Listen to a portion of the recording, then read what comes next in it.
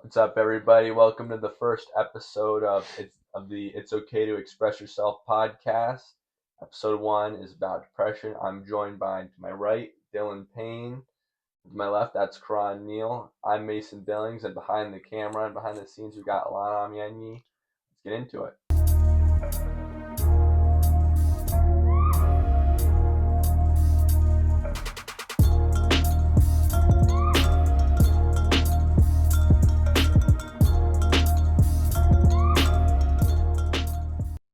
All right, so first, some facts and some information about depression. So, depression is a mental health condition that causes persistent feelings of sadness and changes in how you think, sleep, and act. Depression, it can be caused by life events, your environment, and/or genetics. Depression symptoms can have many effects on a person, but no one case is exactly the same. Some of the common symptoms of depression are extreme sadness, fatigue, lack of energy, feeling worthless, anger, hopelessness, and guilt, and changes in sleeping patterns. We want to make clear before we start that depression is not a sign of weakness or something to be ashamed about. According to the CDC, nearly 1 in 5 of adults in the U.S. have been diagnosed with depression at some point in their lives. And with that, let's get into it. All right, questions for you guys. What's the difference between being sad and being depressed? Um, Firstly, I think being sad is more so just like being in a down state for a certain amount of time, just a certain period. But being depressed is when you really feel that for a prolonged period of time, and it's something that you really have to battle through. I think that we can be emotionally sad throughout the day, but we can just have highs and lows, but we can always bounce back from those things. Being depressed is something that you really can't just jump back from in 1 second. It really takes time, and it's something that you really have to pay attention to because it has a lasting effect on your mental health and your physical health as well. Ron, same question to you. What's the difference between being sad and being depressed? Pretty much, Dylan explained it pretty well. Basically, that being sad is short term and depression is long term. But I say with sadness, it doesn't come specifically from one event like depression can. It's more so it could be your mood, it could be something your parents said, it could be something that's been building up over time. But with depression, it's usually maybe like a death in your family, or maybe you got in a fight with your girlfriend and things ended between you guys. I think stronger events tend to have long term effects. So, with that being said, Dylan, what would you say? How does sadness compare to seasonal depression? Because seasonal isn't long term; it's only for a short amount of time. Like a lot of people get seasonal depression in the wintertime because the sun isn't out, or because it's kind of dark out and it's a gloomy time for a lot of people. How would you say that compares to short-term sadness? That's a great question, Karan. I think that seasonal depression is created by things that are outside of your control. You really can't control the weather. You can't control the environment around you. And we know that being in a gloomy environment and being stuck in the house a lot of times, if it's harsh winter or whatever it may be, that really has an effect on your mental health. And that's a big difference between being sad and being or having seasonal depression. Where being sad, if it's a gloomy day for one day, you may feel down for that one day, but when it's an entire season and that really affects you in the long term, even if it's not prolonged like you said, but it's just for a seasonal amount of time, 3 4 months, that's something that can really affect you. And when it's even only for 3 or 4 months, even though that's not a year, multiple years, when it's 3 or 4 months, you can see the effects in your mental health and also in your physical health as well. Okay. Uh, and that kind of segues into the next question. So, have you or someone you know experienced signs of depression? So, you know. I think that this doesn't isn't exactly the question, but I think especially for young men, Um, Depression isn't discussed in the way that it needs to be. I think that for young men, we're kind of just expected to just get through our challenges, and a lot of times people don't take notice of the effects that it has on our mental health or our physical health as well. I think that during the college process, a lot of young men that I've seen within my own life, we've all had our own challenges trying to navigate, whether it's for the financial difficulties, really just finding where we really fit in, whatever it may be. And I feel like that's not just what we were saying earlier, just a sign of sadness, but that is a form of depression where you really feel down. You really do feel like this decision is it's a major decision in your life, and it's something that can weigh you down. My decision myself, it's been kind of affected by my own sadness, my own form of depression, if you would like to say that, where I feel complacent in a way. So I don't want to go to a big school to party. I don't want to do this. I don't want to do that. I'd rather just be where I can be alone and just focus on the things that matters. And I've realized that that's a part of my own sadness, my own internal, not problem, but my own internal difficulties, I would say. Makes sense. So, so one of the goals with this podcast is to highlight how mental health affects men, particularly high school boys and young adults, which segues perfectly into this next section we're going into. So we'll start with you, Dylan. And why do you think depression shows up differently in guys? Well, firstly, a lot of sources say that women are twice or even as much as three times as likely compared to men to experience symptoms of depression. Um, and while that statistic is a fact, I think that men are less likely to speak up about their emotions, speak up about their emotional, not issues, but their shortcomings, whatever it may be. So I think that firstly, it's more of an awareness thing. It's more of a effort to speak up, that men are less likely in general to speak up about their issues, especially when it pertains to mental health, because there's a stigma around men, young men especially, um, and that we should be able to overcome our challenges, as I stated earlier. Yes, sir. Uh, Karan, Dylan, I'd say for men, it's mainly based off of vulnerability. A lot of people are taught, or a lot of men are taught that they can just suck it up, or that their problems will go away, or to be a man, and they often carry that with them like a chip on their shoulder.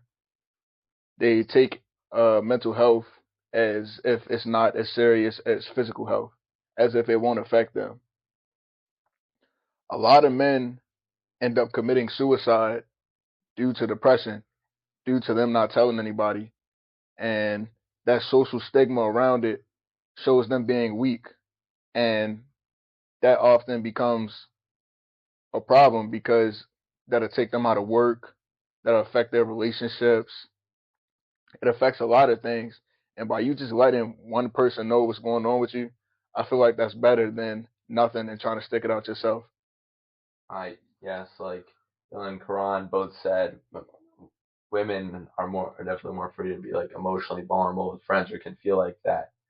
That there's a lot of men out there that sadly don't have friends that they feel like they can be emotionally vulnerable with, which is so important. In if they're dealing with depression or other mental health issues. Um, so with that, what are some strategies recommended or recommended ways to handle depression?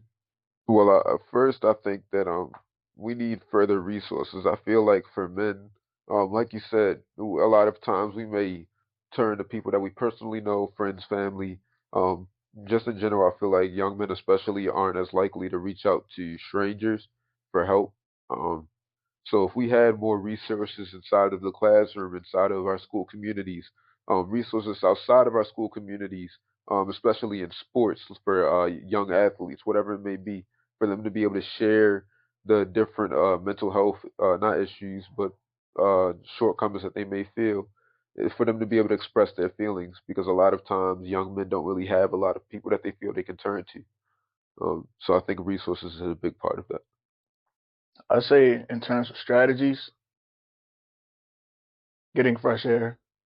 When you have depression or you're sad, you tend to coop yourself up in the house. You tend to stay away from everybody because you feel like only you can handle your problem, which is not true. Going for a walk or talking to somebody that's not a family friend. I think when you have somebody that's a family friend or a family member, when you talk to them about certain things, their opinion tends to be biased towards you. You need somebody that's not going to have a biased opinion, such as a therapist. But I know a lot of people are not going to go to a therapist because they feel that their information may be shared with their parents or they may tell somebody else. So maybe breathing exercises. That helps out a lot because some depression can lead to anxiety, which causes panic attacks, heavy breathing, causes you to sweat. I think relaxing, breathing, going for a walk, get some sunshine can be the key to some happiness and the darkness of depression. Yes, I will say, as a runner, like going on runs, like the reason why like I love it so much is because it like clears my mind, and any other long runner will like will say that. Like a lot of people, like if you don't run, you're probably wondering like why do people put themselves through that every day? Like why do people run 5 miles? And but there's a reason. Like afterwards, like I think so much clearer. Uh, and I mean like it, like Karan said, like it doesn't have to be just running. I don't know, maybe it can be like going to the gym, or other forms of activity. All right. Have you two had any personal experiences with depression? I can go. I'd say in the wintertime, I definitely experienced a little bit of that seasonal depression feeling. Um, the wintertime was kind of hard for me. It was right after my birthday. A lot of my family isn't really like together. They're together, but it's not the same as when you were a kid. And as you start to grow up, you start to realize that, and things just aren't the same. So I noticed a couple changes in myself. Basing, as you know, last year I did the commentating with you during basketball Yes. season. This year I probably did one game, 1 or 2 games. I started feeling that feeling that like I don't want to do much anymore. I didn't want to participate in the things I like doing. I played basketball to try to use that as a coping mechanism, and I stopped. I stopped hooping. I stopped doing a lot of the things I love, and it made me realize like this is serious. Like I should actually tell somebody about this. And the past couple of weeks, I've been meeting with Mr. Walker. I found somebody that I could be vulnerable with to talk to about certain things. Cause I feel like once you get help and once you get over that fear of telling somebody about your experience, you find out that a lot of people going through the same thing you're going through. You're not alone. You can't handle certain stuff on your own because you've never been through it. Everybody here, it's our first time being on Earth. Nobody has different personal experiences. A lot of you talk to a lot of people. A lot of people got to go through the same stuff that you go through. So I say for personal experience, just sharing with others and keeping other people updated in your life. A lot of teens they tend to tune out their parents. Yeah. Their Oh, parents, absolutely. like they not in the loop. You feel that your parents are going to be there and say they you think there's going to be a problem, like you're Yeah. going to be a burden. That I'm not going to tell them. They're going to get mad, and it's never even that case. You it's actually the opposite. They be there. They be more willing to help you than they are that they mad at you. Yeah. Now there might be some cases where some people think, or some people parents might tell them that, oh, it don't matter, you'll get over it. But a lot of people not, especially in this day and age. Maybe back then they would say no, you'll get over it. But now that mental health is more like aware and that people are doing more research on it, more people are willing to help you. Yeah, I actually, I was actually like wondering why, like during the basketball season, yeah, you only did like one game, and I remember like I reserved a time for you, and you were just like straight up like, no, I'm not doing that. So it's Yeah. really great, like I know why that was, and and sometimes like you don't know if somebody's going through like going through something, uh, and it can come up in different ways. But Dylan, same thing with you. Any personal experiences with it? Um, Mine wasn't so much as seasonal depression, but it was during the same season. It was this past winter. And it was more so me just overworking myself. So I would be going to school 8 to 2:30. I would stay after school until 4 or 5 o'clock, and then I would go to work. And I would work 4 or 5 days a week. And then I would, on top of that, have the responsibilities with my grandmothers, taking care of them and things like that. And I just found that I didn't have any time for myself. I really never had any time to enjoy my own life. It always felt like I was working for somebody else or just doing work in general, but I never really had any free time. And then it got to the point where I kind of accepted that and I embraced it. I just embraced not really having time for myself. I found joy in being busy, and that really affected me. And I felt like I didn't really have much to live for outside of those obligations. So I would just wake up each day, go to school, go to work, go to my grandmother's, go home, and then it would repeat. Yeah. Like the Yeah. cycle. Yeah, Absolutely. yeah, To chime in on that, you said something about taking care of yourself. That's a big thing, taking care of yourself. yeah, Taking a day to do a me day. A lot of men tend to go over that and tend to go to work or go do something else. Taking a day just to focus on you is so important. It's great for your mental health. It adds to your happiness. I remember probably in January, I decided to take a me day. I went to the art museum, listened to some music, and I never go to the art museum. I just went just to see how fun it would be yeah. or what the environment is like. The Walters are. Yeah, Yeah, I like that place. it's really nice. I haven't been there since I was a kid. They had the thinking statue in there. Is that Oh the yeah. one up like North Baltimore, Northeast? Yeah, yeah. Okay, I used to go in there when I was a kid. They had this thing in my middle school where we would go every Wednesday yeah. and we make like a art thing and they would put it in there for a little bit. But yeah, taking a me day, I went and got a pedicure, had the toes looking right. I got some food, some great food. Then I went home, watched a movie. It was a chill little day. And he's not lying. A me day really, especially if you're somebody that likes structure, if you plan out your week and you know that, like for me, today is going to be my me day after this. So it's like all this week I'm waiting up until Wednesday and I know I'm going to have fun. And I know that I'm not going to go to the art museum, anything extravagant. I'm going to just go home and clean my room. And it's not like it's dirty. It's already clean. You Yeah. know what I mean? But I just want it extra clean. So that's going to be my me day. I'm going to just get down, get the wash my sheets and mop the floor and whatever else, and I would just have fun doing that. So it's really all about what you enjoy. It's something that you should cater to your own enjoyment, and it doesn't have to be anything extravagant. It just has to be some time for you and yourself, hmm just to be able to reflect and just have fun. So I think that's a big part of it. Make sure on your me day, if you take one, you have to go get a cut. You have to. Ah, A cut improves everything. You go from looking homeless to looking like Idris Elba there you go. immediately.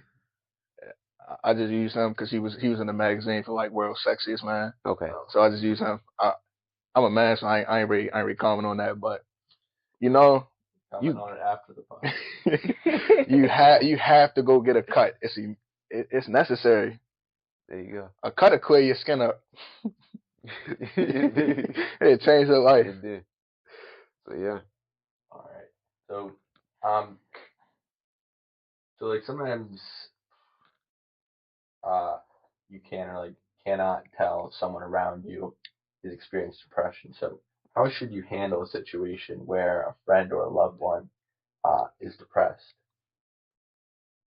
Well, it really depends on that person's level of vulnerability, like we was talking about earlier. If somebody really doesn't want help, um, it's not really much that you, not that you can do, but it's only to a certain extent. Pressuring somebody to get them to open up, if they aren't comfortable with it, then that's really not what you want to do because they're not comfortable with opening up. It really takes two people. It takes the person being affected and it takes the person that's trying to help. Um, but I think in any situation, you should just be honest, like we were saying earlier. You should be honest, not try to have bias towards that person and try to say what they want to hear, but really say what's best for their situation and what will actually help them. Because just saying what they want to hear that's only going to put them in a darker spot if it's not really helpful. So And one thing we want to make clear just for the audience knows that depression, like it can show itself in different ways. Sometimes there are people who are depressed that are the most talkative, seem like the most energetic, happy people in the room. Like depression doesn't mean always gloomy and sad. It sometimes it can appear as really happy, like Robin Williams, the great comedian and actor. He had a lot of money. He's this comedian and just seemed like so extremely charismatic. Uh, had it all, but about 10 years ago, he committed suicide, and no one expected it. So so yeah, depression it doesn't just mean that someone just sad all the time or just appears sad all the time. It appears in different ways. But continuing on, Yeah, like Mason said, the way it appears, I feel like we often let the media persuade our minds in a way of how we think of depression. You see like a gray cloud over somebody, or you see that they walking in the rain all sad, and it often doesn't even appear that way. Like Mason said, they're usually a happy, energetic person. You don't really notice it because they try to cover it up once again because they think they can handle it themselves. And when it comes to figuring out how to deal with it, especially when it's for a friend, I think pushing a topic that it's a safe space and that they're allowed to be vulnerable with you, I think that'll make them feel more comfortable eventually. Maybe not the first time, the second time, or the third time, but maybe the fourth time they say, you ask, are you okay? Maybe one day they'll just open up. It's not guaranteed, but at least you know you're trying. They'll know that you're trying. They won't. They'll no longer feel like it'll be them. It'll be like a one versus depression. It'll be you and them. so 93% of teens in the U.S. Use social media, and good using lord, yeah, yeah, and using that's social high. media. Well, when teenagers use social media, it increases the risk of depression by well, it doubles it compared to a teenager who doesn't use social media. So so what are some of the effects that you see social media having on depression? Well, firstly, we were kind of speaking on it behind the scenes, but social media, it really gives like a false narrative. It gives like a false image of people's lives. So as people, we're just naturally inclined to compare. Oh, this person has this, and we have this, and that oftentimes leads to jealousy or a sense of sadness for the things that we don't have. And a lot of times we fail to be grateful for our blessings. Yeah, so I think that a lot of times there's a level of depression that comes from this idea of constant comparing between what we have compared to what other people have. When in reality, these other people don't really have this stuff. They may just have it when the camera's on. So So, how do you think that plays a part with cyberbullying? Like, I know a lot of people say, "Oh, if you're getting cyberbullied, just delete the app or just ignore them or just block them." right, But it's usually just not that simple because when it's cyberbullying, it attacks all aspects of you. yeah, You can't just avoid it on one app. Maybe they'll find you on another app, yeah. or they've contacted your friends and family on there. So how does that play a part in linking with depression? Well, also with things like social media, online gaming, we do it to connect with our friends. So Mm. even if we're being bullied on these platforms, we still want to be able to interact with our friends and things like that. So it is hard to just delete the app or shut off the console, whatever it may be, because we still do want to interact with the people that we enjoy interacting with. So blocking out these people can sometimes be a challenge. Um, Now, to block out these people on social media, you can block people. Is it always that easy? No, because they can come back on a new account or whatever it may be. But I think that there's a level of awareness that needs to be brought up with why people, what we call troll or anything like this, people go at people and like attack them in a way. And that's not what should be done. So I think that cyberbullying, while people can laugh at it and things like that, it really does affect people. And like you said, it affects them more than just on social media, but it can affect them mentally, physically, all things like that. I also think in some cases, when the person that is doing the bullying, I think they're also suffering from something. They tend to push their feelings off onto somebody else to make them feel bad. Or I think there's also a difference between cyberbullying and trolling. Yeah. Okay. A lot of people, some people don't take trolling in a good way, and I think some people realize that after a while. Yeah, and when you realize that about someone, You gotta step take a back. step back. But yeah, if it's playful trolling, that's fine. If there's mutual respect there. But yeah, continue. But if it's a random, you just come up like in somebody's comments, you don't know that person. Yeah. You don't know what's going on behind closed doors. One wrong thing could set them off, and that's just not what you do. I'd say, especially on social media, you gotta watch where you are because social media is a large identity, and dealing with that, I think you should mostly just stay connected with friends and family, and maybe you can try to make new friends, but I wouldn't say that's a really good platform to offload your feelings onto someone else. Yeah. Yes, and depending on how severe the cyberbullying is, it can be considered a crime if it starts of violence, if it's like extreme harassment. So you can report it to law enforcement if you feel like that step needs to be taken. Uh, but so what are some ways that like social media has affected your life in a negative way? Um, Building off of what I was saying earlier, that idea of just constantly comparing. Sometimes, most recently in this college process, I'm gonna keep going back to it, but it's probably what's affected us the most in our senior year. The college process, really comparing like, oh, this person may have a full ride to this school while I have this, or oh, this person is going to this school for this major while I'm doing this. And sometimes we may have a little bit of animosity or jealousy towards that person or their actions, but we have to realize that we can only control what we can control, and that we can't look at what other people have. So I think that social media sometimes it can really bring down your mental, and it can make you feel like, oh, I'm not as accomplished or I'm not as successful as somebody else. When in reality, they may be going through the same things that you're going through. They may be able to just spin it in a way that other people can look at it and say, oh, this person is really that great. Yeah. I think for social media, in terms of comparison, I think a lot of people do a good job at turning that out, especially athletes.